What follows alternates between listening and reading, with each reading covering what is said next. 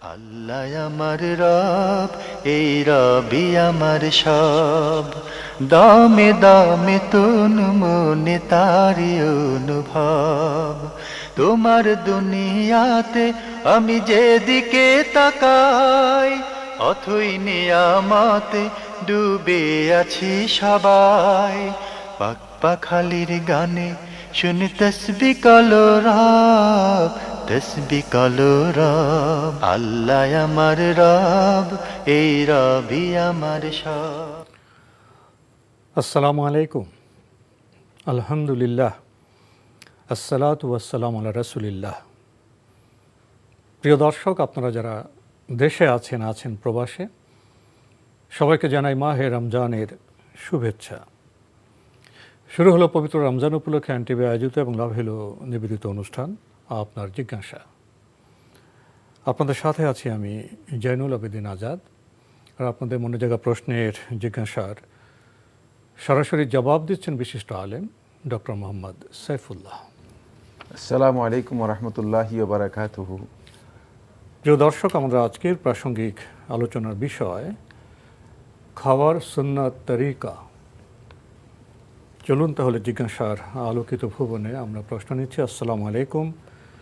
প্রিয় দর্শক, পরিচয় দিয়ে প্রশ্ন করুন। আসসালামু আলাইকুম। ওয়ালাইকুম আসসালাম। আমি বলছি ইকরামুল হক। জি ভাইয়া বলুন। বামনডাঙ্গা গাইবান্ধা থেকে। জি হুজুর, আজকে আমার 3টা প্রশ্ন হুজুর। দুটি প্রশ্ন করুন, আমাদের তো অন্যদের প্রশ্ন নিতে হবে। দুটি করব? দুটি প্রশ্ন করুন। জি জি জি জি। এক নম্বর প্রশ্ন হচ্ছে, আমি প্রত্যেক ফরজ নামাজের পর, সুন্নত নামাজের পর এবং নফল নামাজের পর, হ্যাঁ, শেষে সুবহানাল্লাহ 33 বার, আলহামদুলিল্লাহ 33 বার, আল্লাহু আকবার 34 বার, লা ইলাহা ইল্লাল্লাহ 100 বার। হ্যাঁ, এর ফজিলতটা কি পাবো আমি? এই ফজিলতটা কি? জি। হ্যাঁ। আর দ্বিতীয় প্রশ্ন হচ্ছে, কেউ যদি রোজা থেকে মিথ্যা কথা বলে, তার রোজা কি নষ্ট হবে না রোজা হবে?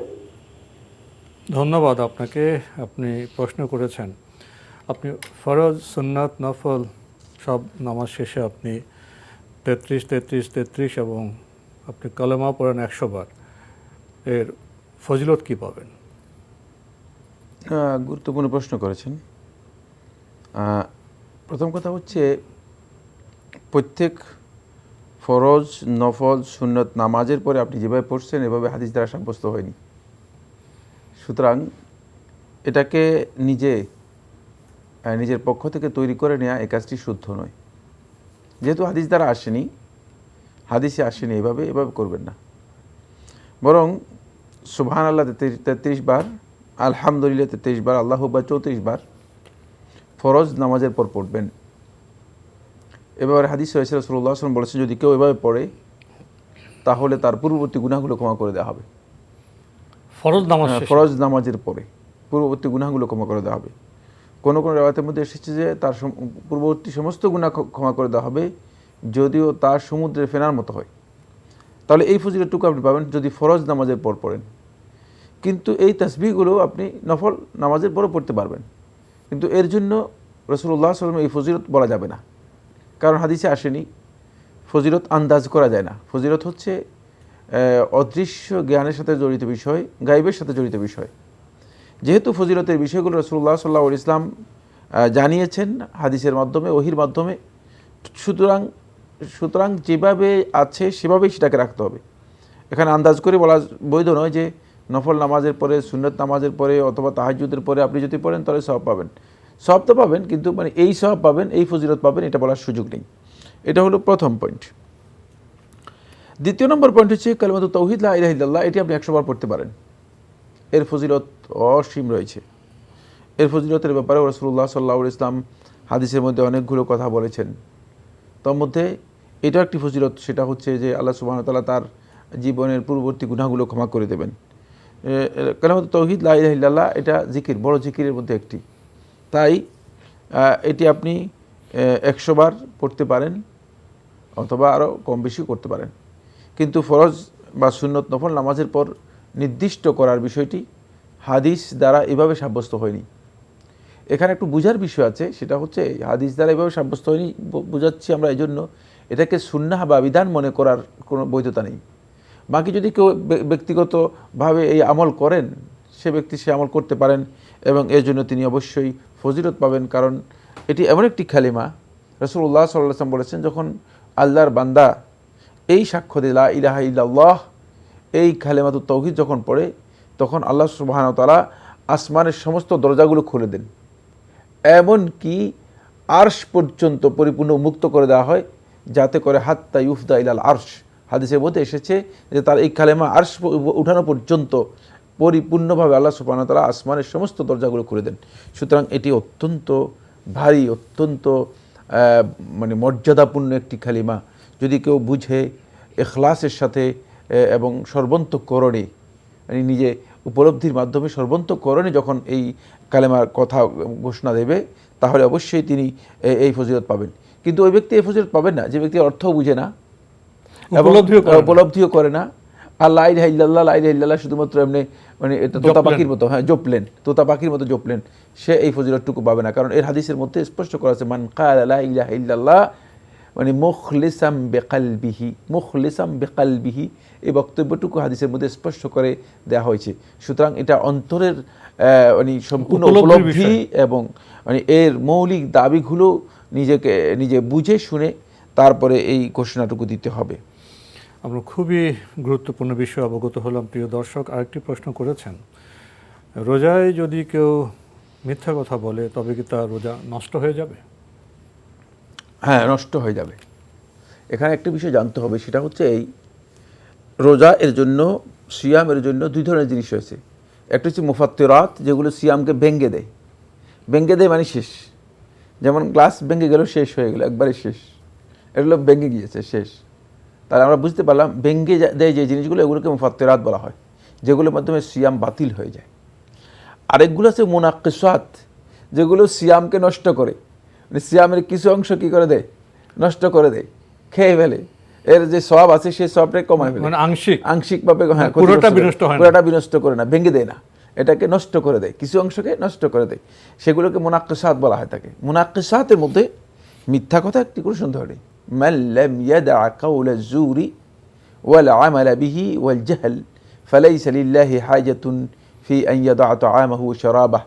রাসূলুল্লাহ সাল্লাল্লাহু আলাইহি ওয়াসাল্লাম বলেন, যে ব্যক্তি মিথ্যা কথা ছাড়তে পারলো না, মিথ্যা কাজ, মিথ্যাচার যে প্রত্যাহার করতে বা পরিহার করতে পারলো না, ওয়াল জাহাল এবং মূর্খতাপূর্ণ আচরণ যে বর্জন করতে পারলো না, ফালাইসা লিল্লাহি হাজাহ, আল্লাহ তাআলার কোনো প্রয়োজন নেই, ফি আন ইয়াদা তাআমাহু ওয়া শারাবাহু, সে তার পানাহার ত্যাগ করুক, তার উপবাসে আল্লাহর কোনো, মানে এটা উপবাসী হবে, মানে শুধু উপবাসী হবে, এটা আল্লাহ তাআলার ইবাদত হবে না। সুতরাং এর থেকে আমরা কি বুঝলাম, সরাসরি তো বোঝা যাচ্ছে যে সিয়াম যদিও ওই ভেঙ্গে দেয় নাই, কি করে দিয়েছে, ক্ষতিগ্রস্ত করেছে, অনেক বেশি ক্ষতিগ্রস্ত করে, নষ্ট করে দিয়েছে। সুতরাং এর ফজিলত, এর মর্যাদা, এর গুরুত্ব এটাকে মানে ক্ষতিগ্রস্ত করবে, কোনো সন্দেহ নেই। প্রিয় দর্শক, আমরা জানলাম বিষয়টি সম্পর্কে। প্রশ্ন নিচ্ছে, আসসালামু আলাইকুম, পরিচয় দিয়ে প্রশ্ন করুন। লাইনে আছেন? ওয়ালাইকুম আসসালাম, আপনার পরিচয় দিয়ে প্রশ্ন করুন। আমার নাম বদরুল আলম, আমি ঢাকা থেকে। জি ভাইয়া বলুন। আমার প্রশ্নটা হলো টুপি পরার ব্যাপারে। আমাদের দেশে আলেম ওলামারা যারা আছেন, ওনারা সবসময় টুপি পরে থাকেন, জি, কিন্তু আমরা সাধারণ মানুষ নামাজের সময় টুপি পরি, তারপর খুলে রাখি। এই টুপিটা কি এটা পোশাকের অংশ নাকি টুপিটা পরা সুন্নাত? এই জিনিসটা আমার একটু জানার জন্য প্রশ্ন করলাম। জি, আর কোনো প্রশ্ন আছে? আরেকটা প্রশ্ন আছে, এটা অনেক বড়, এটা আজকে করবো না, আরেকদিন করবো ইনশাআল্লাহ। ধন্যবাদ আপনাকে। উনি টুপি পরা সম্পর্কে জানতে চেয়েছেন, সবসময় টুপি পরাটা কি সুন্নত না এটা পোশাকের অংশ? পোশাকের অংশ, কোনো সন্দেহ নেই। টুপি তো পোশাকই, পোশাকের অংশ নয়, পোশাকের বিভিন্ন ধরন রয়েছে, বিভিন্ন টাইপস রয়েছে, তার মধ্যে এক প্রকারের পোশাক হচ্ছে টুপি। শুধু এতটুকু বুঝলেই আমরা বুঝতে পারবো যে এটি ইবাদত সম্পৃক্ত সুন্নাহ নয়, তবে নবী সাল্লাল্লাহু আলাইহি ওয়াসাল্লাম টুপি পরেছেন, হাদিস দ্বারা প্রমাণিত হয়েছে। আমরা জানলাম বিষয়টি সম্পর্কে। প্রিয় দর্শক, প্রশ্ন নিচ্ছে, আসসালামু আলাইকুম, পরিচয় দিয়ে প্রশ্ন করুন।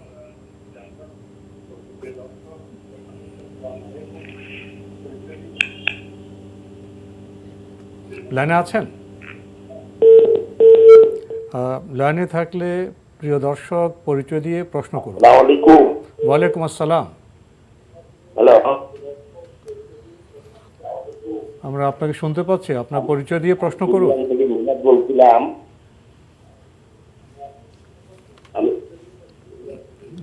আপনি লাইনে আছেন? জি, লাইনে আছি আমি। হ্যাঁ, আপনি পরিচয় দিয়ে প্রশ্ন করুন। হুজুর, আমার একটা প্রশ্ন আছে। কে হলো? আপনার পরিচয় দিন, কোত্থেকে কে লাইনে বলছেন? আছি। কোত্থেকে কে বলছেন? পরিচয় দিয়ে প্রশ্ন করুন। আপনি আমি কোত্থেকে কুড়িগ্রাম বলছেন? থেকে মুহাম্মদ বলছিলাম। জি বলুন, আপনাকে শুনতে পাচ্ছি, প্রশ্ন করুন। আমরা যে তারাবির নামাজ পড়ি, জি, আপনারা যে তারাবির নামাজ পড়ি, তারাবির নামাজে যে তারাবির নামাজ রোজার মাসে যে সুন্নত পড়লে ফরজের সব, সেটা কি ফরজের সব পাবো আপনার রোজার মাসে? আর কোনো প্রশ্ন আছে? ধন্যবাদ আপনাকে। ওনার প্রশ্ন হলো রোজায় সুন্নতের সব ফরজের মতো তারাবি পড়েন। ধন্যবাদ। এই হাদিসটি আপনি যেটা উল্লেখ করেছেন সালমান ফারিসি রাদিয়াল্লাহু তাআলা থেকে ইমাম নাসাই রাহিমাহুল্লাহ তাআলা সুনানের মধ্যে বর্ণনা করেছেন, সুনানুল কুবরা এর মধ্যে এসেছে। বাকি হাদিসটি মুনকার। মুনকার মানে শুধু বোঝার জন্য বলছি, মুনকারের পরিভাষা বুঝবেন না হয়তো। মুনকার হচ্ছে যেটা মানে প্রত্যাখ্যাত হাদিস, গ্রহণযোগ্য নয়। সুতরাং এই অর্থে এই হাদিস সহি নয়। তাই সুন্নত ফরজের সব পাবে হবে না। কোনো সুন্নত ফরজের গ্রেড কোনোদিন পায় না। যেমন মানে বাপ কোনোদিন ছেলের গ্রেড নিবে না, আর ছেলে কোনোদিন বাপ হতে পারবে না। বাপ বাপই, পিতা পিতার গ্রেডই। সুতরাং এই সুন্নত আর ফরজ দুইয়ের মধ্যে বিশাল পার্থক্য রয়েছে। আল্লাহ সুবহানাহু ওয়া তাআলা ইবাদতের আল্লাহ রাব্বুল আলামিন ইবাদতগুলোকে আল্লাহ সুবহানাহু ওয়া তাআলা 10 গুণ থেকে আরম্ভ করে 700 গুণ পর্যন্ত বাড়িয়ে দেবেন। আর রমাদান মাসে এটাকে আল্লাহ রাব্বুল আলামিন অনেক বেশি বাড়িয়ে দেন। রাসূলুল্লাহ সাল্লাল্লাহু আলাইহি ওয়াসাল্লাম হাদিসের মধ্যে বলেছেন, কেউ কেউ হাদিসে কুদসি, এটা সহিহ বুখারী ও মুসলিমের মধ্যে হাদিসে কুদসি এসে এসেছে। মুসলিমের এক riwayaতের মধ্যে, বুখারী আরেক riwayaতের মধ্যে এমনি হাদিস হিসেবে এসেছে। নাসাই এবং বাইহাকি এমনি হাদিস হিসেবে উল্লেখ করেছেন। সুতরাং এটা হাদিসে কুদসি একদিক থেকে, আবার হাদিসও একদিক থেকে এসেছে। রাসূলুল্লাহ সাল্লাল্লাহু আলাইহি ওয়াসাল্লাম বলেছেন যে কুল্লু আমালি ইবনি আদম লাহু আল হাসানাতু বিআশরি আমসালিহা ইলা 700 দাফ, যে বান্দার প্রত্যেকটি নেক আমল 10 গুণ থেকে আরম্ভ করে 700 গুণ পর্যন্ত বর্ধিত করা হবে। সেটা নফলও 10 গুণ থেকে 700 গুণ বাড়িয়ে দেওয়া হবে, ফরজও 10 গুণ থেকে 700 গুণ বাড়িয়ে দেওয়া হবে। আর রমাদান মাসে আল্লাহ সুবহানাহু ওয়া তাআলা এটা বান্দাদেরকে অনেক বেশি বৃদ্ধি করে দেবেন। কিন্তু ফরজকে 70 গুণ বৃদ্ধি করে দেওয়া হবে, আর সুন্নতকে বা নফলকে ফরজের মর্যাদা দেওয়া হবে। এই মর্মে যে হাদিসটি বর্ণনা করা হয়েছে, হাদিসটি সনদের দিক থেকে গ্রহণযোগ্য নয় বলে এই বক্তব্য সঠিক নয়। আমরা জানলাম বিষয়টি সম্পর্কে। প্রিয় দর্শক, প্রশ্ন নিচ্ছে। আসসালামু আলাইকুম, পরিচয় দিয়ে প্রশ্ন করুন। লাইনে আছেন? প্রিয় দর্শক, লাইনে থাকলে আপনার পরিচয় দিয়ে প্রশ্ন করুন।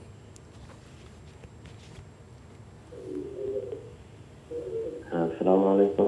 ওয়ালাইকুম আসসালাম, আপনার পরিচয় দিয়ে প্রশ্ন করুন। আমি শাহাদাত হোসেন, কুড়িগ্রাম থেকে বলতেছি। জি বলুন। এই যে খাবার সময় ভাত জি। পড়ে যায়, তো সেগুলা ধুয়ে খাওয়া ব্যাপারে জানতে চাই। আর যেগুলো পড়ে যায় ওগুলা যেমন পালিত মুরগির হাঁস খায়, এটাতে কোনো গুনাহ হবে কি? প্রশ্নটি না, পেয়েছেন? আমি প্রশ্ন পাইনি। আপনার প্রশ্নটি স্পষ্ট হয়নি। আপনি কি টেলিভিশনের ভলিউমটি কমিয়ে প্রশ্নটি আবার ধীরে রিপিট করবেন?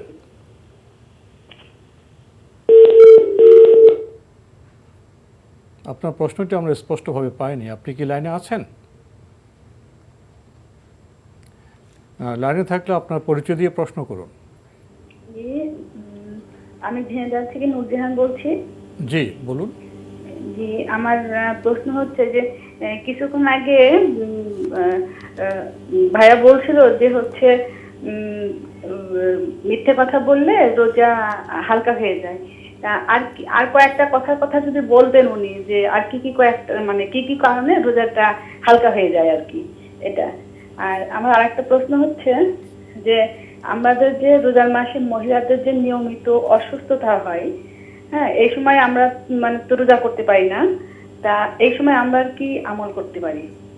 আর এই যে আমরা যে এই সময় যে আমাদের রোজাগুলো ভাঙা পড়ে, আমরা যে পরে যে রোজাগুলো করবো, আমরা কি এই রোজার মাসের সমানই সোয়াব পাবো নাকি একটু সোয়াবে হালকা হয়ে যাবে? ধন্যবাদ আপনাকে।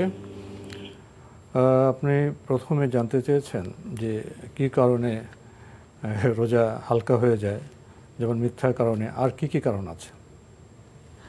ধন্যবাদ। আরও অনেকগুলো কারণ রয়েছে, কয়েকটি আমি বলতে চাই যেহেতু আপনি বলতে বলেছেন। যেমন গীবত করা, গীবত এবং চুগলখড়ি, এর মাধ্যমে সিয়ামের ক্ষতি হবে। বরং আলেমদের মধ্যে কেউ কেউ বলেছেন যে সিয়াম ভঙ্গ হয়ে যেতে পারে। এরপরে আরেকটি, যেমন সেটা হলো এই ঝগড়া বিবাদ করা। যেমন কেউ আসলো আপনার সাথে ঝগড়া করার জন্য, আপনি যার সাথে ঝগড়া করলেন, রাসূলুল্লাহ সাল্লাল্লাহু আলাইহি ওয়াসাল্লাম কঠিনভাবে নিষেধ করেছেন, ঝগড়া বিবাদকে কঠিনভাবে নিষেধ করেছেন। রাসূল সাল্লাল্লাহু আলাইহি ওয়াসাল্লাম বলেছেন, ফাইন সাব্বাহু আহাদুন আও কাতালাহু, যদি তাকে কেউ গালিগালাজ করে অথবা তার সাথে মারামারি করে, ফালইয়াকুল, সেজন্য বলে ইন্নী ইমরুউন সাইম, আমি একজন রোজাদার। সুতরাং মানে কত বেশি ধৈর্যের ব্যাপারে রাসূল সাল্লাল্লাহু আলাইহি ওয়াসাল্লাম এখানে ইঙ্গিত দিয়েছেন, ধৈর্যের দিকে ইঙ্গিত দিয়েছেন যে আমাদেরকে ধৈর্য ধারণ করতে হবে। এই কথা বলা যাবে না, ঝগড়া করা তো দূরের কথা, মানে এর প্রতিবাদও করা যাবে না, এখানে প্রতিবাদ পর্যন্ত নিষেধ করে দেওয়া হয়েছে। তাই মানে এই ধরনের কথাবার্তা যেগুলো এই আপনার ঝগড়া বিবাদ, সেগুলো সিয়াম নষ্ট করে। অনুরূপভাবে আরাফাত আল ফুহশু ফিল কালাম, এর ব্যাখ্যার মধ্যে আহলুল হাদিসগণ বলেছেন যে কথার মধ্যে অশ্লীলতা, এটা সিয়ামের ক্ষতি করবে, বড় ধরনের ক্ষতি করবে। অনুরূপভাবে আল্লাগ, লাগ হচ্ছে বেহুদা অনর্থক কথা এবং কাজে লিপ্ত হওয়া। অনেকে দেখা যায় ফালতু মানে কাজের মধ্যে লিপ্ত হয়ে বেহুদা কাজে সময় নষ্ট করছেন। যেমন অপ্রয়োজনীয় ফেসবুক, এটা বেহুদা কাজ। অপ্রয়োজনীয় আপনি মোবাইল নিয়ে বসে আছেন, এটা বেহুদা কাজ, এতে আপনার সিয়ামের ক্ষতি হচ্ছে। আপনি হয়তো মনে করছেন সিয়ামের ক্ষতি হচ্ছে না। আর এটা হচ্ছে সিয়াম পালনকারী ব্যক্তি তার অঙ্গ প্রত্যঙ্গ এগুলোকে হেফাজত না করা। রাসূলুল্লাহ সাল্লাল্লাহু আলাইহি ওয়াসাল্লাম একটা হাদিসে বলেছেন, আস-সাওমু আমানাতুন ফালইউহাফিজ আহাদুকুম আমানাতাহ, যে সিয়াম হচ্ছে আমানত তোমাদের কাছে। আসলে তো আমানত, কারণ এটা গোপন একটি বিষয়, এটা প্রকাশ্য কোনো অবয়ব নেই, এর বাহ্যিক কোনো কাঠামো বা অবয়ব নেই, বাহ্যিক বা দৃশ্যমান নয়। সুতরাং এটি হচ্ছে আমানা। ফাল ইউহাফিজ আহাদুকুম আলা আমানাতিহি, সে যেন তার এই আমানতটাকে হেফাজত করে। এই আমানত হেফাজত করা হচ্ছে তার চোখ, তার কান, তার মুখ, তার অঙ্গ প্রত্যঙ্গ, এগুলোকে সে হেফাজত করবে এমন কাজ থেকে যে কাজে সিয়ামের ক্ষতি হতে পারে, এই আমানত লঙ্ঘন হতে পারে। মোটামুটি অনেকগুলো পয়েন্ট আলোচনা করেছি। আমরা জানলাম বিষয়গুলি সম্পর্কে। আপনি আরও প্রশ্ন করেছেন, পিরিয়ড অবস্থায় তো মেয়েরা রোজা রাখতে পারে না, কিন্তু অন্য কি আমল করতে পারবে? এখানে অনেকগুলো আমল করতে পারবেন, আপনি জিকিরগুলো করতে পারবেন সবগুলোই, আপনি দোয়াগুলো করতে পারবেন সবগুলোই। আপনি জিকির, দোয়া, এগুলো আপনি নিয়মিত করতে পারবেন। আপনি ইসলামী সাহিত্য, কোরআন হাদিসের এগুলো পড়তে পারেন। শুধুমাত্র কোরআন তেলাওয়াত করতে পারবেন না, কিন্তু কোরআন হাদিস মিশ্রিত যে সমস্ত বইগুলো আছে, জ্ঞানের যে সমস্ত ইসলামের জ্ঞানের যে বইগুলো আছে, সেগুলো চর্চাও করতে পারবেন, সেগুলো পড়তেও পারবেন, পড়াইতেও পারবেন। সেগুলো আপনি পড়তেও পারবেন, পড়াইতে পারবেন। শুধুমাত্র হাদিস গ্রন্থ পড়তে পারবেন, পড়াইতে পারবেন, কিন্তু শুধুমাত্র কোরআনের টেক্সট আপনি কী করবেন, স্পষ্ট করে তেলাওয়াত করবেন না। এখানে আপনি আরেকটি কাজ করতে পারেন, সেটা খুবই সিয়ামের জন্য খুবই মানে সিয়ামের আপনার সিয়ামের গ্রেডকে বৃদ্ধি করে দেবে। সেটা হচ্ছে রোজাদার ব্যক্তিকে ইফতারি করাবেন। তাহলে আপনি সিয়াম পালন করেন নাই, তাহলে আপনি সিয়ামের ফজিলত কিন্তু পেয়ে যাবেন, সিয়ামের ফজিলতটুকু পেয়ে যাবেন। সেক্ষেত্রে আপনি সাইম যাই আছে তাকে ইফতার করানোর জন্য রমাদান মাসে চেষ্টা করবেন। আর রমাদান মাসে যদি সামর্থ্য থাকে চেষ্টা করবেন কিছু দান সদকা করার জন্য, কিছু দান করার জন্য, যাতে করে রমাদান মাসটা অত্যন্ত ফজিলতের মাস। এর দানকেও রাসূলুল্লাহ সাল্লাল্লাহু আলাইহি ওয়াসাল্লাম একটি হাদিসের মধ্যে বলেছে এটা সর্বোত্তম দান। যদিও হাদিসটি ইমাম তিরমিজি রহমতুল্লাহ বর্ণনা করেছেন এবং আহলে হাদিসগণ দাঈফ বলেছেন, দুর্বল বলেছেন। কিন্তু রমাদান মাসের অন্য হাদিস থেকে বোঝা যায় যে রমাদান মাসের দান অত্যন্ত গুরুত্বপূর্ণ এবং শ্রেষ্ঠ দান, যে কোনো সন্দেহ নেই, যেহেতু রাসূলুল্লাহ সাল্লাল্লাহু আলাইহি ওয়াসাল্লাম রমাদান মাসে অনেক বেশি দান করতেন। জি, প্রাসঙ্গিক একটি প্রশ্ন করেছেন, মহিলারা তো পিরিয়ড অবস্থায় রমজানে রোজা রাখতে পারে না, ভাঙতে হয়। এই ভাঙা রোজা তো পরে ওনারা পরিশোধ করেন, সওয়াব কি একই রকম হবে না সওয়াবের তারতম্য ঘটবে? ধন্যবাদ, খুবই গুরুত্বপূর্ণ প্রশ্ন। মানে এতক্ষণ পর্যন্ত যত প্রশ্ন এই রমাদানের প্রথম থেকে আরম্ভ করে মানে আজকে দিন পর্যন্ত পেয়েছি, এটাই হচ্ছে একটি প্রশ্ন। আর বাকিগুলো প্রশ্নের মতো আর কি, বুঝতে পেরেছেন? এটা হচ্ছে প্রকৃত প্রশ্ন। হ্যাঁ, অবশ্যই যিনি রমাদান মাসে এই কারণে, শুধুমাত্র মিন্সের কারণে সিয়াম পালন করতে পারেননি, তিনি পরবর্তীতে যখন সিয়াম পালন করবেন, রমাদান মাসে সিয়াম পালন করার যে ফজিলত রয়েছে ঠিক সেই ফজিলত তিনি পাবেন, যেহেতু আল্লাহ রাব্বুল আলামিন তাকে এই রমাদান মাসটাকে পরিপূর্ণরূপে এই সময় অন্য সময় তাকে পরিবর্তন করে দিয়েছেন। আমাদের আজকের প্রাসঙ্গিক আলোচনার বিষয় খাবার সুন্নাত তরিকা। ধন্যবাদ, খুবই গুরুত্বপূর্ণ একটি বিষয়। আমরা তো খাই, খাবার আমাদের জীবনের জন্য খুবই অপরিহার্য একটি বিষয়।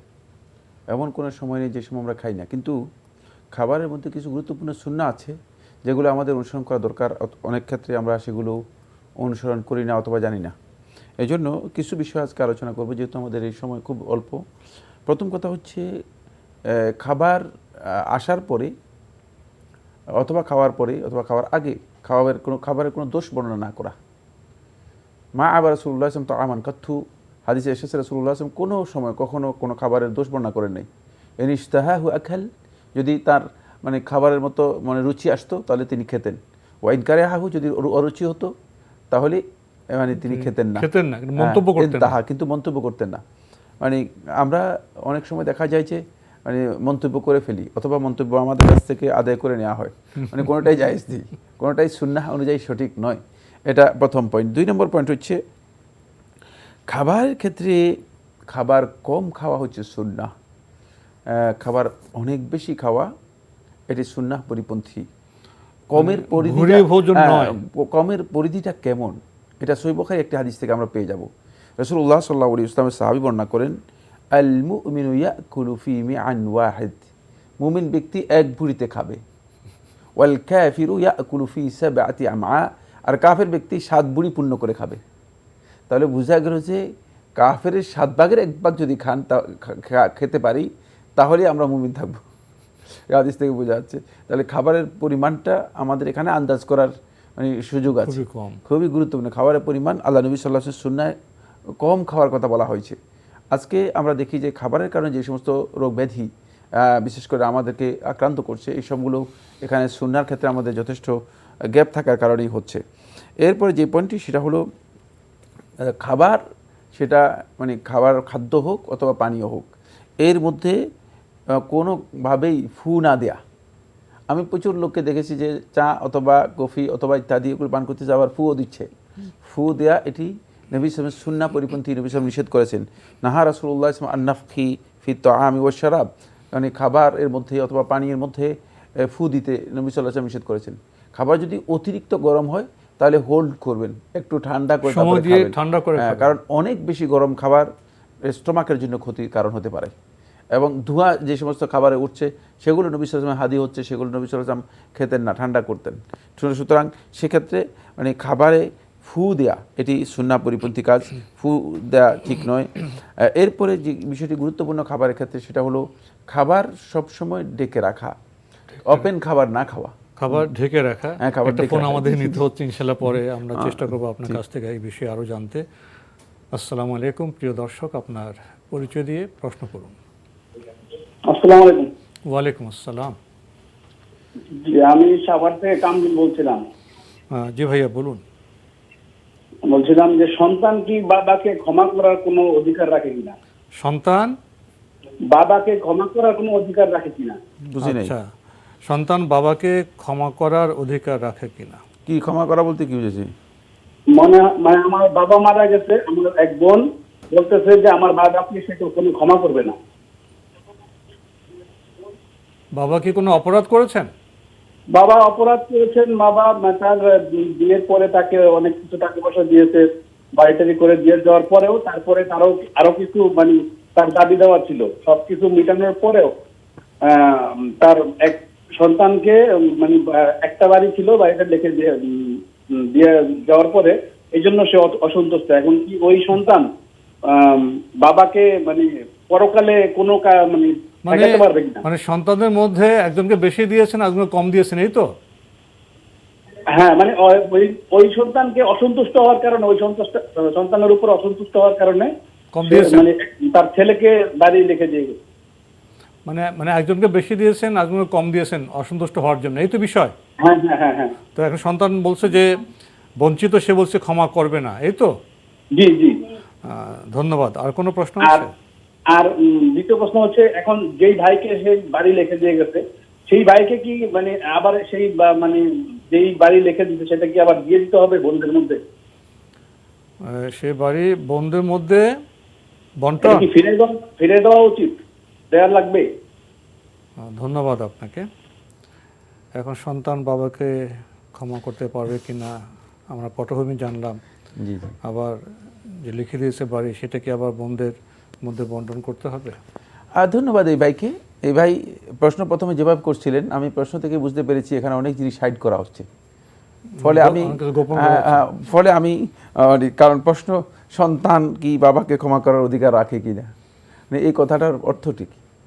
অথচ এখানে কত মানে ভিতরে অনেক জটিল কথা আপনি লুকাইতে রেখে আপনাদেরকে প্রশ্ন করতেছিলেন। এই জন্য আসলে আমরা যখন আমাদের কাছে প্রশ্নের স্পষ্ট কথা না আসে, তখন আমরা যখন উত্তর দিই, তখন উত্তরটা ভুল হয়ে যাওয়ার সম্ভাবনা আছে। এক্ষেত্রে আমি অনুরোধ করব বিনয়ের সাথে আপনাদেরকে স্পষ্ট করে আপনি বলবেন, তাহলে আপনিও উপকৃত হবেন, প্রশ্নের উত্তর যারা শুনছেন তারাও উপকৃত হবে, এবং সেখানে আমরা সঠিক বক্তব্য দিতে পারবো। এখানে আপনি যে বিষয়টি বলেছেন সেটা হচ্ছে বাবা সম্পদের ক্ষেত্রে বৈষম্য করেছে, যেভাবে ইসলাম বা দিন অনুযায়ী জাস্টিস করা দরকার সেটা করে যাননি। অবশ্যই বাবা অপরাধী, সেক্ষেত্রে যদি কোনো সন্তান ওই বাবাকে ক্ষমা না করে, সে কিয়ামতের দিন ক্ষমা পাবে না, কারণ হক নষ্ট করেছে, সন্তানের হক সে নষ্ট করেছে। তাই এই প্রশ্ন এভাবে আসবে না। এখানে খেয়াল রাখতে হবে যে যে সন্তানকে তিনি বঞ্চিত করে গেছেন, একজনকে অতিরিক্ত দিয়েছেন, বাড়ি লিখে দিয়েছেন, আরেকজনকে বঞ্চিত করেছেন, তাহলে তিনি কোথায় আদল করেছেন, জাস্টিস কোথায় করেছেন? বিচার তো করেননি, সুবিচার করেন নাই, ন্যায় করেন নাই। রাসূলুল্লাহ সাল্লাল্লাহু আলাইহি ওয়াসাল্লাম স্পষ্ট করে হাদিসের মধ্যে বলেছেন, ইয়া'দিলু বাইনা আবনাইকুম আওলাদিকুম, তোমরা তোমাদের সন্তানদের মাঝে তোমরা ইনসাফ কায়েম করো। এখানে সত্যিকার জাস্টিস করা হয়নি, একজনকে বঞ্চিত করা হয়েছে। এই কাজটি যদি পিতা করে যান, তাহলে তিনি অবশ্যই ভুল কাজ করে গেছেন। এর মাধ্যমে মানে যে সন্তানকে লিখে দিয়ে গেছে, সেই সন্তানের জন্য যদিও সম্পদ কাগজে পত্রে এবং সাধারণ নিয়ম অনুযায়ী মালিকানা সাব্যস্ত হবে এবং সম্পদ পাবে, কিন্তু যেহেতু সে জানে এখানে একটা অন্যায় রয়েছে, সেক্ষেত্রে এই সন্তান যদি কিয়ামতের দিন পিতাকে কঠিন শাস্তি থেকে বাঁচাতে চান এবং নিজেও মানে এই ইনজাস্টিস মানে অন্যায়ের সাথে নিজেকে সম্পৃক্ততা থেকে সরাতে চান এবং বাঁচতে চান, কারণ এর সাথে তিনি জড়িত, যেহেতু তিনি জানেন, যদিও তার জন্য বৈধ লিখে দিয়েছেন, কিন্তু তিনি অন্যায়ের সাথে জড়িত আছেন, যেহেতু তিনি জানেন, সেই ক্ষেত্রে তার জন্য উত্তম হচ্ছে, এটা বাধ্যতামূলক নয়, যেহেতু লিখে দিয়ে গেছেন, গুনাহ তিনি করেছেন, কিন্তু উত্তম হচ্ছে এক্ষেত্রে নিজের পিতাকে আল্লাহ তাআলার আযাব থেকে বাঁচানোর জন্য সমঝোতার মাধ্যমে এই সম্পদ ভাই বোনদের মধ্যে বন্টন করা, হয়তো ইসলামী শরিয়া অনুযায়ী সমঝোতার মাধ্যমে ভাই বোনদের মধ্যে সেই সম্পদ বন্টন করা, হয়তো ইসলামী শরিয়া অনুযায়ী, ইসলামী শরিয়া যেভাবে বন্টন করেছে সেভাবে, অথবা পরস্পরের সম্মতির মাধ্যমে, যতটুকু সমঝোতার মাধ্যমে যতটুকু তারা সন্তুষ্ট হয় ততটুকু দিয়ে তাদেরকে সন্তুষ্ট করে ক্ষমা তাদের কাছ থেকে নেয়ার মাধ্যমে।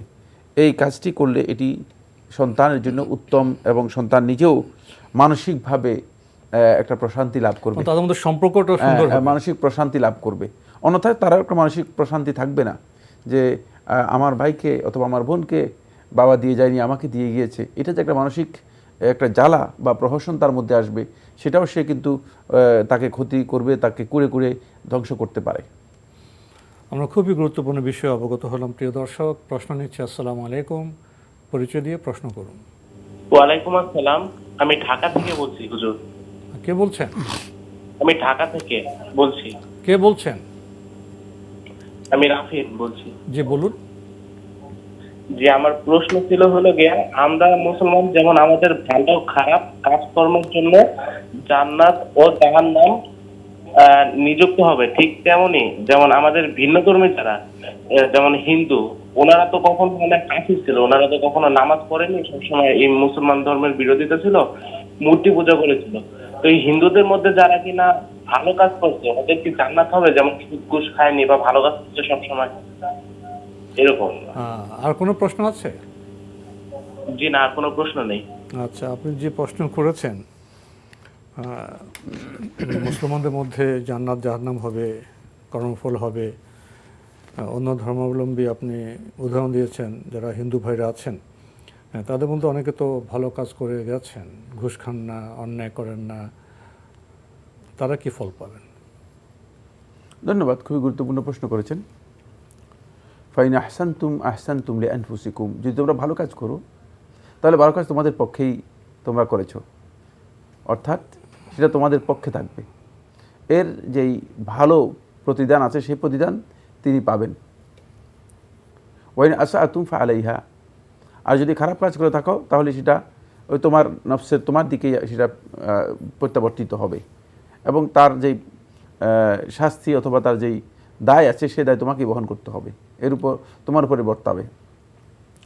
এখানে যারা ভালো কাজ করে থাকেন তারা এর প্রতিদান দুনিয়াতে পাবেন। আল্লাহ সুবহানাহু ওয়া তাআলা তাদেরকে ভালো কাজের প্রতিদান দিয়ে দিবেন দুনিয়াতে। কিন্তু কিন্তু যেহেতু আখিরাতের প্রতিদানের জন্য, আখিরাতের জান্নাত অথবা প্রতিদান লাভ করার জন্য শর্ত হচ্ছে প্রথমেই তাকে ঈমান আনতে হবে। এই ঈমান যে ব্যক্তি আনবে না সে ব্যক্তি আখিরাতের প্রতিদানের জন্য সে আশা করতে পারে না। সেই আল্লাহ সুবহানাহু ওয়া তাআলাকে বিশ্বাস করে না, অথচ আখিরাতের প্রতিদানের আশা করবে, এটা তো হতেই পারে না। এটা মানে অকল্পনীয় বিষয়। আপনি জানি না, যদি আপনি একটু সামান্য বিবেক দিয়ে, স্থূল বিবেক দিয়ে চিন্তা করতেন তাহলে বিষয়টা আপনার কাছে স্পষ্ট হয়ে যেত। কারণ এই লোক তো এটা বিশ্বাসই করছে না, এটা সেই মানেই না যে আখিরাতে কিছুই আছে। যেহেতু আল্লাহ তাআলার কাছে সেই কিছুই চায় নেই, আল্লাহ তাআলাতে বিশ্বাসই করে নেই, সুতরাং প্রশ্নে আসে না সে আখিরাতের বিষয়টি কিছুই পাবে। এই জন্য আখিরাতের কোনো প্রতিদান যদি পেতে হয়, জান্নাত জাহান্নাম অথবা আল্লাহ সুবহানাহু ওয়া তাআলা যে পুরস্কার ঈমানদারদের জন্য রেখেছেন সেই পুরস্কার বেঈমান কীভাবে পাবে, যেহেতু বেঈমানদের জন্য শাস্তির কথা উল্লেখ করে দেওয়া হয়েছে। সুতরাং ঈমান না থাকার কারণে যদি কেউ ভালো কাজ করে থাকে সে দুনিয়াতে এর প্রতিফল পেয়ে যাবে, ভালো কাজের জন্য ভালো পাবে, মন্দের জন্য মন্দ পাবে, কিন্তু আখিরাতে তার জন্য কোনো ধরনের অংশ অবশিষ্ট থাকবে না, কোনো ধরনের অংশ বাকি থাকবে না। ফালা খালাকা লাহুম ইয়াউমাল আখিরা, আখিরাতে তাদের আর কোনো অংশ বাকি থাকবে না। কারণ হচ্ছে আল্লাহ রাব্বুল আলামিন এর কাছে আখিরাত সে চাই নেই। যদি আখিরাত চাইতো তাহলে আল্লাহ তাআলার প্রতি তার ঈমান বাধ্যতামূলক ছিল, সেই ঈমান সে আনেনি। আমরা জানলাম বিষয়টি সম্পর্কে। প্রিয় দর্শক, প্রশ্ন নিচ্ছে। আসসালামু আলাইকুম, পরিচয় দিয়ে প্রশ্ন করুন। আসসালামু আলাইকুম। ওয়ালাইকুম আসসালাম। আমি রংপুর থেকে ইউনুস বলছিলাম। জি ভাইয়া বলুন। আমার প্রশ্ন হচ্ছে, জি আমার প্রশ্ন হচ্ছে মুনাজাত কি নামাজের ভিতরে করা যাবে এবং কিভাবে করা যাবে? আচ্ছা, আর কোনো প্রশ্ন আছে? আর কোনো প্রশ্ন আছে? জি না। ধন্যবাদ আপনাকে। মুনাজাত কি নামাজে করা যাবে, কিভাবে করা যাবে? ধন্যবাদ আপনাকে। মুনাজাত কাকে বলে সেটা কি আপনি জানেন? মুনাজাত নামাজের নামই মুনাজাত, নামাজের অপর নামই হচ্ছে মুনাজাত। যদি আপনি নামাজ যেহেতু জানেন নেই, নামাজ সম্পর্কে আপনার যেহেতু পরিপূর্ণ ধারণা হয়নি, এই জন্য নামাজ সম্পর্কে আপনি প্রশ্ন করেছেন যে নামাজে মুনাজাত করা যাবে কি। নামাজের পুরো নামই হচ্ছে মুনাজাত। রাসূলুল্লাহ সাল্লাল্লাহু আলাইহি ওয়াসাল্লাম হাদিসের মধ্যে বলেছেন, ফাইন্নাল আবদা ইউনাজি রাব্বাহু ফি সলাতে, যে বান্দা তার রবের সাথে মুনাজাত করে থাকে সলাতের মধ্যে, এটাই হচ্ছে মুনাজাত। পুরা সলাতটাই মানে তাকবীরাতে তাহরিমা অথবা তাকবীরাতুল ইহরাম থেকে আরম্ভ করে একেবারে সালাম আসসালামু আলাইকুম ওয়া রাহমাতুল্লাহ সালাম ফিরানো পর্যন্ত পুরা সালাতটাই হচ্ছে মূলত মুনাজাত। এটা সবটাই আল্লাহ এবং বান্দার মাঝে, সুতরাং এটা যদি বুঝেন তাহলে আপনি মুনাজাত সালাতের মধ্যেই পেয়ে গিয়েছেন। 2 নম্বর যে বিষয়টি সেটা হলো এখানে মুনাজাত নয়, এখানে আপনি দোয়ায়ের কথা বলতে পারেন। দোয়া আর মুনাজাত এই দুটি এক জিনিস নয়। দোয়া হচ্ছে আল্লাহ রাব্বুল আলামিনের কাছে কোনো কিছু চাওয়া অথবা আল্লাহ তাআলার কোনো প্রশংসা করা। দোয়া 2 প্রকার, একটা হচ্ছে দোয়া উসানা, মানে প্রশংসা আল্লাহ রাব্বুল আলামিনের কোনো প্রশংসা করার মাধ্যমে, আর হচ্ছে দোয়া উমাসআলা, কোনো কিছু চাওয়ার মাধ্যমে আল্লাহ তাআলার কাছে দোয়া করা। এই 2 প্রকারের দোয়াই মূলত সালাতের মধ্যে করা জায়েজ, সালাতের ভিতরেই করা জায়েজ। সালাতের ভিতরে আমরা তো সবটাই আসলে এগুলো করি, সুবহান রাব্বিয়াল আযীম, অর্থ জানি না আমরা, মানে এগুলো কেন আমরা মানে যেহেতু কিছুই বুঝি না, আসলে সালাতটাই বুঝি নাই। এটা হচ্ছে যে সালাতটা কি জিনিস সেটা আমরা বুঝি না। আমরা আল্লাহুম্মা গফিরলি ওয়ারহামনি ওয়াহদিনি ওয়াফিনি ওয়ারযুকনি পড়ছি, প্রত্যেকটা জায়গায় দোয়া এবং সুবহান রাব্বিয়াল আযীম, সুবহান রাব্বিয়াল আলা, এগুলো সবগুলোই দোয়া। আর এর অতিরিক্ত যদি আপনি কোনো দোয়া করতে চান তাহলে আপনার জন্য জায়েজ আছে, আপনি সাজদার মধ্যে দোয়া করতে পারবেন, আপনি শেষ বৈঠকে দোয়া করতে পারবেন। আমরা প্রশ্ন নিচ্ছি। আসসালামু আলাইকুম, পরিচয় দিয়ে প্রশ্ন করুন। জি আসসালামু আলাইকুম, আমি সিলেট থেকে বলছিলাম। যে একটু জোরে বলবেন, স্পষ্ট করে বলবেন। সিলেট থেকে অনু বলছিলাম। জি বলুন। জি, আমি গতকালকে প্রশ্নটা করেছিলাম। আমার এক মুসলিম বোন, সে ইফতারির পর মানে একটু হালকা ব্লাড দেখেছে আর কি। তো আমি ভাবছিলাম যে সে রোজাটা রাখে নাই, কিন্তু তারপর সে আর কিছু দেখে নাই, তো পরদিন সে রোজাটা রেখে ফেলছে। তো এই রোজাটা হবে কিনা বা এটার কাজে আদায় করতে হবে কিনা পরে। আর আমার আরেকটা কোশ্চেন হচ্ছে যে আমি তো জি বলুন। যে আমি তো মানে অনেক রোজা ভেঙে ফেলছি, মানে না জেনে, তখন জানতাম না আর কি। তো অনেক রোজা আমার ভাঙা হয়ে গেছে। তো আমার এক্স্যাক্টলি কাউন্ট মানে হিসাব নাই কতটা ভাঙছে আর কি। তো ওই রোজাগুলির জন্য আমি কি করব একটু জানাবেন দয়া করে। ধন্যবাদ আপনাকে। আসসালামু আলাইকুম। কালকের প্রসঙ্গে উনি বলেছেন, কালকের প্রশ্ন উত্তর তো আমরা দিয়েছি, তিনি হয়তো শুনতে চেষ্টা করেন না অথবা বুঝেরও চেষ্টা করেন নাই। আমরা এই প্রশ্নের উত্তর গতকাল তো দিয়েছি। আমরা স্পষ্ট করে বলেছি যদি সেটা মিন্স না হয়ে থাকে, তার ধারণা অনুযায়ী মিন্সের টাইম যদি না হয়ে থাকে, তাহলে এই অবস্থায় তিনি সিয়াম পালন করলে সিয়াম হয়ে যাবে। কথা বলেছি তো ক্লিয়ার। মানে কথা আমাদের বক্তব্য কি আসলে বাংলা বোঝা যাচ্ছে না, ব্যাপারটা এমন কিনা অনেক সময় বুঝতে ভুল করেন। তারপরে প্রশ্ন করেছেন আসলে মানে এই বিষয়ে, অন্যথায় এই সমস্ত বিষয়গুলো টেলিভিশনে প্রশ্ন না করে আমরা মনে করে থাকি যে একটু মানে আশেপাশে যদি যোগ্য আলেম থাকে তাদেরকে প্রশ্ন করবেন। জি, অনেক প্রশ্ন বা জানার বিষয় থাকে। হ্যাঁ, কিছু বিষয় আছে যেগুলো টেলিভিশনে স্পষ্ট করা যায় না।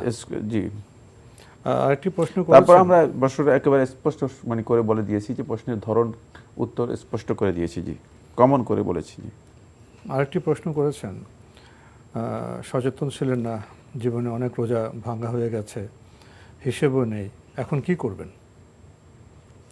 এখন অধিক পরিমাণে তওবা করবেন আল্লাহ তাআলার কাছে, আর চেষ্টা করবেন অধিক পরিমাণে নফল সিয়াম পালন করার জন্য। পাশাপাশি লোকদেরকে খাবার খাওয়ানোর জন্য, বেশি বেশি পরিমাণে খাবার খাওয়ানোর জন্য, এবং আল্লাহ তাআলার কাছে ক্ষমা প্রার্থনা করবেন। আল্লাহ সুবহানাহু ওয়া তাআলা যদি মেহেরবানি করে ক্ষমা করেন তাহলে অবশ্যই ক্ষমা করবেন। সত্যিকার যদি তওবা করেন, খালেস অন্তরে যদি আল্লাহ রাব্বুল আলামিনের কাছে তওবা করতে পারেন, অবশ্যই আল্লাহ সুবহানাহু ওয়া তাআলা তওবা কবুল করবেন এবং ক্ষমা করে দেবেন। এর জন্য কোনো ধরনের কাজা কাফফারা নেই, এটাই বিশুদ্ধ বক্তব্য। সুতরাং এইখানে আপনি কাজা করার কিছুই নেই, কিন্তু আপনি চেষ্টা করবেন মানে বেশি বেশি পরিমাণে নফল সিয়াম পালন করার জন্য। আমরা জানলাম বিষয়টি সম্পর্কে। প্রিয় দর্শক, প্রশ্ন নিচ্ছি। আসসালামু আলাইকুম, পরিচয় দিয়ে প্রশ্ন করুন। আসসালামু আলাইকুম, আমি রংপুর থেকে রেনেসা বলছিলাম। জি বলুন। আমার দুটি প্রশ্ন ছিল। আমার প্রথম প্রশ্ন হলো, আমরা যখন তাশাহুদ পড়ার সময় শাহাদাত আঙ্গুল তুলি, তো এটা কখন আমরা উঠাবো? শুরুতেই নাকি আশহাদু আল্লা ইলাহা ইল্লাল্লাহ যখন পড়বো তখন উঠাবো? এটা সঠিক নিয়মটা যদি একটু জানাতেন। জি জি। আর দ্বিতীয় প্রশ্ন হলো, কারো যদি কোমরে সমস্যার কারণে সে যদি বসে নামাজ পড়তে চায়, তার কোমরে হাড়ের সমস্যা, দাঁড়িয়ে নামাজ পড়তে গেলে তার কোমরে সমস্যা হয়, হাড় ক্ষয় হয়ে গেছে, তো সেই ক্ষেত্রে কি সে চেয়ারে বসে নামাজ পড়তে পারবে? সে নিচে জায়নামাজে বসে যদি নামাজ পড়ে তাহলেও তার একটু সমস্যা হয়। তো চেয়ারে বসে যদি সে নামাজ পড়ে তাহলে কি সামনে ফাঁকা জায়গায় সে সিজদা দিবে? ধন্যবাদ আপনাকে। আপনার প্রথম প্রশ্ন, সালাতে শাহাদাত আঙ্গুল ওঠাবার বিধান জানতে চান। হ্যাঁ, তাশাহুদের সময় তাশাহুদের বৈঠকে শাহাদাত আঙ্গুল উত্তোলন করা সুন্নাহ। আর এটি হাতকে এভাবে বেঁধে তারপরে এই আঙ্গুল উঠাবে, তাশাহুদ শুরু থেকে আরম্ভ করবে। যখনই কোনো দোয়া পড়বে তখনই হাত দিয়ে ইশারা করবে, এভাবে আঙ্গুল ইশারা করতে থাকবে, আঙ্গুল এভাবে ইশারা করতে থাকবে একেবারে তাশাহুদ শেষ হওয়া পর্যন্ত। এটাই হচ্ছে শুরু থেকে সুন্নাহ, শেষ পর্যন্ত। শুরু থেকে শেষ পর্যন্ত। এবং যখনই নতুন করে দোয়া পড়বে তখন ইশারা করবে, প্রত্যেকটি ইশারা দোয়ার সময় ইশারা করবে। আর হাত এভাবেই রাখবে, এভাবেই হাত রাখবে। এখানে অনেকগুলো সূরাত রয়েছে, এটা হচ্ছে বিশুদ্ধ বক্তব্য। সেক্ষেত্রে আঙ্গুল ইশারা করা এবং ইশারার মাধ্যমে আল্লাহ রাব্বুল আলামিনের শাহাদাতের, তাওহীদের অথবা ওয়াহদানিয়তের শাহাদাত দেয়া, সাক্ষী দেয়া, এই কাজটি সুন্নাহ সম্মত এবং রাসূলুল্লাহ সাল্লাল্লাহু আলাইহি ওয়াসাল্লামের ফজিলতের বিষয়েও বর্ণনা করেছেন। আরেকটি প্রশ্ন করেছেন, কোমরের সমস্যা, হাড় ক্ষয় হয়ে গেছে, বসে নামাজ পড়তে অসুবিধা হয়, সেক্ষেত্রে কি চেয়ারে বসে নামাজ পড়তে পারবেন? যিনি বসতে পারেন না এবং দাঁড়াতেও পারেন না তিনি কোথায় কী করবেন? চেয়ারে বসতে পারলে চেয়ারে বসবেন। ফাত্তাকুল্লাহ মাস্তাতাতুম, তোমরা আল্লাহ তাআলাকে ভয় করো, মাস্তাতাতুম, যেটা তোমাদের সাধ্যে কুলায়, সাধ্যে যেটা আছে সেটাই করবেন, এছাড়া আর কী করবেন? এখন যদি আমি বলি যে তিনি দাঁড়িয়ে থাকবেন, দাঁড়াবে কীভাবে? আর যদি আমি বলি যে তিনি নিচে বসবেন, তিনি বসতে পারেন না। সুতরাং চেয়ারে বসে পড়তে কোনো ধরনের বাধা নেই। যেটা পসিবল সেটাই করবেন, যেটা ইম্পসিবল, সম্ভব নয়, সেটা করবে কীভাবে? করবার কোনো সুযোগই তো নেই। এখন শরিয়ার বিধান এখানে সহজ, শরিয়া হচ্ছে সহজ। যেহেতু আল্লাহর বান্দা বিপদগ্রস্ত হয়ে গিয়েছে, ক্ষতিগ্রস্ত হয়ে গিয়েছে, সে এখন দাঁড়াতেও পারে না, বসতেও পারে না, সুতরাং যেভাবে বসতে পারে সেভাবে সে সালাত আদায় করবে। এক্ষেত্রে সিজদা তিনি অধিক পরিমাণে ঝুঁকে সিজদা দেবেন, মানে রুকুতে কম ঝুঁকবেন আর সিজদা বেশি ঝুঁকবেন। বেশি ঝুঁকবেন। এবং এগুলো সালাত শিখে নিয়ে আমি মনে করি ওয়াজিব, এটা তো ফরজে আইন। এটা শূন্যই করবেন, কোনো কিছু বস্তুর উপর করবেন না। আর এই জিনিসগুলো শিখে নিতে হবে, ফরজে আইন, কেন আমরা শিখবো না? আমি জানি না যে অনেকে আছেন যে জীবনে কোনোদিন সালাত শিখেন নেই। মানে আমি একবার এ বিষয়ে চেষ্টা করেছি, 10-12 জনকে জিজ্ঞেস করেছি, আপনি শিখেছেন, আপনি শিখেছেন, আপনি শিখেছেন, একজনও আমাকে বলে নাই যে সালাত শিখেছে। তো তাহলে কীভাবে সালাতটা জানবে, কীভাবে সালাত আদায় করতেছে? শুধুমাত্র দেখে দেখে মানে এভাবে সালাত আদায় করলে তিনি সালাতের মাসালা জানবেন কোত্থেকে? এই জন্য জানতে হবে এবং শেখার জন্য চেষ্টা করতে হবে। শুধুমাত্র যে বিষয়ে কনফিউশন হয় সে বিষয়ে জানতে পারবেন আমাদের এখানে প্রশ্ন করে। বাকি যদি পুরা সালাত শিখতে হয় তাহলে অবশ্যই আপনি সময় নিয়ে যে কোনো একজন যোগ্য আলেমের কাছে গিয়ে অথবা যাদের কাছে এই বিষয় সম্পর্কে জ্ঞান আছে তাদের কাছ থেকে সালাত শিখে নেওয়ার জন্য চেষ্টা করবেন।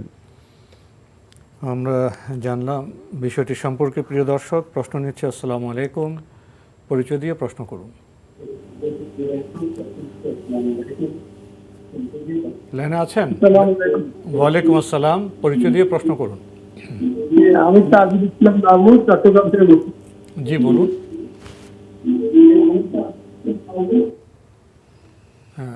আমরা আপনাকে শুনতে পাচ্ছি, আপনার পরিচয় দিয়ে প্রশ্ন করুন। লাইনে আছেন? তাজুল ইসলাম বাবু, চট্টগ্রাম। জি, আমরা আপনাকে শুনতে পাচ্ছি, আপনি প্রশ্ন করুন। আমার একটি প্রশ্ন। জি, প্রশ্ন করুন। তারাবি নামাজে কোরআন শুনলে কোরআন খতমের সওয়াব পাওয়া যায়, আমরা জেনেছি। এখন যদি অসুস্থতার কারণে একদিন বা 2 দিন এটা বাদ পড়ে যায়, মানে অংশগ্রহণ করতে না পারে, তাহলে কি কোরআন খতমের সওয়াব পাবে নাকি ওইটা খতমের সওয়াব পাওয়া যাবে না? নম্বর প্রশ্ন। ধন্যবাদ আপনাকে। প্রশ্ন পেয়েছেন তো? হ্যাঁ, প্রশ্ন পেয়েছি। প্রশ্নে তিনি বলেছেন যে তারাবির নামাজ পড়লে কোরআন খতমের সওয়াব পাওয়া যায়, জেনেছেন? না, জানা সঠিক হয়নি। তারাবির নামাজ পড়লে কোরআন খতমের সওয়াব পাওয়া যায়, কথা শুদ্ধ নয়, হাদিস দ্বারা প্রমাণিত হয়নি। কেউ যদি বলে থাকেন তিনি নিজে তৈরি করে বলেছেন, হাদিসের কোথাও আসেনি। তারাবির নামাজের ব্যাপারে হাদিসে যে বক্তব্যটুকু এসেছে সেটা হচ্ছে মান কামা রমাদান ঈমানান ওয়া ইহতিসাবা গুফিরা লাহু মা তাকাদ্দামা মিন যামবিহি, যে রমাদান মাসে কিয়াম করলো, অর্থাৎ রমাদান মাসে সলাতুত তারাবিহ আদায় করলো, রমাদান মাস রাত্র জেগে মানে রাতের সলাত আদায় করলো, কিয়ামুল লাইল করলো, ঈমানের সাথে এবং ইহতিসাবের সাথে, সত্যিকার ঈমান আল্লাহ রাব্বুল আলামিনের প্রতি রেখে অত দৃঢ় প্রত্যয়ের সাথে এবং সওয়াবের আশা করে, গুফিরা লাহু মা তাকাদ্দাম মিন যামবিহি, তার পূর্ববর্তী যত গুনাহ আছে সবগুলো ক্ষমা করে দেওয়া হবে। সুতরাং এটা হচ্ছে তারাবিহের সালাতের ফজিলতের ব্যাপারে রাসূলুল্লাহ সাল্লাল্লাহু আলাইহি ওয়াসাল্লামের একটি হাদিস। অনেকগুলো হাদিস রয়েছে, সে এত দীর্ঘ আলোচনা আমাদের সুযোগ নেই, কিন্তু কোরআন খতমের কথাটি হাদিস দ্বারা প্রমাণিত হয়নি। 2 নম্বর যে বিষয়টা হচ্ছে তারাবিহ সালাতে যদি কোনো ব্যক্তি পুরো রমাদান মাসে তিনি কোরআন তেলাওয়াত শুনেন এবং এক খতম কোরআন পরিপূর্ণ তেলাওয়াত শুনেন, যদি তিনি তাদাব্বুরের সাথে উপলব্ধির সাথে কোরআনে কারিমের এই তেলাওয়াত যথাযথভাবে উপলব্ধি সহ শুনে থাকেন প্রথম থেকে শেষ পর্যন্ত, তাহলে তার এই শোনা কোরআনে কারিম তেলাওয়াতের যে ফজিলত রয়েছে সেই ফজিলত তিনি পাবেন। কিন্তু শর্ত হচ্ছে তাদাব্বুরের সাথে সে শুনতে হবে, উপলব্ধির সাথে, হ্যাঁ, বুঝে উপলব্ধির সাথে এটা শুনতে হবে, শুধু আওয়াজ নয়, অথবা কিছু বুঝলেন না, এটা হলে কোরআন খতমের সব। কারণ এটা এখানে শুধুমাত্র ইস্তেমা এর কথা বলা হয়েছে। ইস্তেমা হচ্ছে যেটা মানে পরিপূর্ণরূপে বোঝার জন্য শোনা, শুধুমাত্র কান দিয়ে শোনা নয়। মানে কান দিয়ে শোনা হচ্ছে মানে যেটা আওয়াজ, শুধুমাত্র আওয়াজটা আমার কানে আসলো, আমি কানে শুনলাম। ইস্তেমা হচ্ছে যেটা শোনার মাধ্যমে অন্তর পর্যন্ত মানে উপলব্ধি হয়, মানে জিনিসটা আমার বুঝে আসে, উপলব্ধিতে আসে, এইটা হচ্ছে ইস্তেমা। যদি কোনো ব্যক্তি সেই ইস্তেমা করে থাকেন তাহলে তিনি কোরআন খতমের যেই সওয়াব আছে সেই সওয়াব পাবেন। আর এটি কোনো ব্যক্তি যদি প্রথম থেকে শেষ পর্যন্ত শুনেন তাহলে সেই সওয়াব পাবেন। এখন মাঝখানে যদি 2 দিন শুনলো না, মাঝখানে 3 দিন শুনলো না, তাহলে তিনি পরিপূর্ণ কোরআনের খতমের সওয়াব প্রশ্নই আসে না, সেই সওয়াবটুকু তিনি পাবেন না।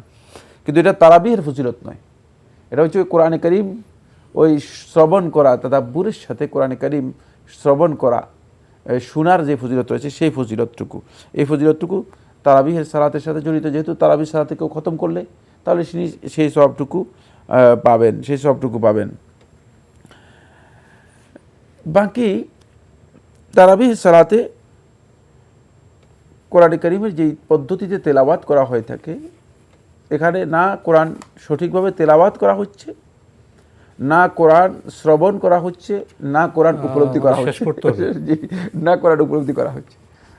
তাহলে এখানে সওয়াব আল্লাহ সুবহানাহু ওয়া তাআলাই ভালো জানেন যে কিভাবে আল্লাহ রাব্বুল আলামিন সওয়াব দিবেন। তবে আমরা আশা করি, যেহেতু আল্লাহর বান্দারা কষ্ট করে শুনতেছে অথবা কষ্ট করে আল্লাহর বান্দারা এই ইবাদত করতেছে, আমরা আল্লাহ তাআলার কাছে এই আশা করতে পারি যে আল্লাহ তাআলা মেহেরবানি করে হয়তো কিছু দিতেও পারেন সওয়াব। কিন্তু এখানে কোরআন খতমের সওয়াবের বিষয়ে বলাটা খুবই দুষ্কর, কারণ হচ্ছে না কোরআন তেলাওয়াত সহিভাবে হচ্ছে, না কি কেউ কোরআনকে উপলব্ধি করার জন্য চেষ্টা করতেছে, এমনকি বোঝা তো দূরের কথা, আওয়াজও শোনা যাচ্ছে না ভালো করে। এই গভীর রাতে আমরা আপনার কাছ থেকে খুবই গুরুত্বপূর্ণ কথা শুনছিলাম, কিন্তু সময় আমাদের বাধা দিচ্ছে, শেষ করতে হচ্ছে। আপনাকে অনেক ধন্যবাদ। আপনাকে অনেক ধন্যবাদ। প্রিয় দর্শক, আমাদের অনুষ্ঠান আপনারা এনটিভি অনলাইনেও দেখতে পারবেন, ভিজিট করুন www.ntvbt.com। এছাড়া ইউটিউবে এবং আমাদের ভেরিফাইড ফেসবুক পেজেও অনুষ্ঠান দেখতে পারবেন। প্রশ্ন তো হলো, হয়তো আমরা জেনেছি, কিন্তু আমল করতে কি সমর্থ হব? কিছু উপদেশ দেওয়া হয়েছে, আসুন উপদেশগুলির মর্ম উপলব্ধি করি এবং পরিশ্রম করি, আরও এগিয়ে যাই। দেখা হবে ইনশাল্লাহ আগামীকাল একই সময়ে। প্রিয় দর্শক, মহান আল্লাহ আমাদের সবাইকে নিরাপদে রাখুন শান্তিতে। আসসালামু আলাইকুম। আমার রব, এই রবি আমার সব, দামে দামে তুন মনে তারি অনুভব। আল্লাহ আমার রব, এই রবি আমার সব।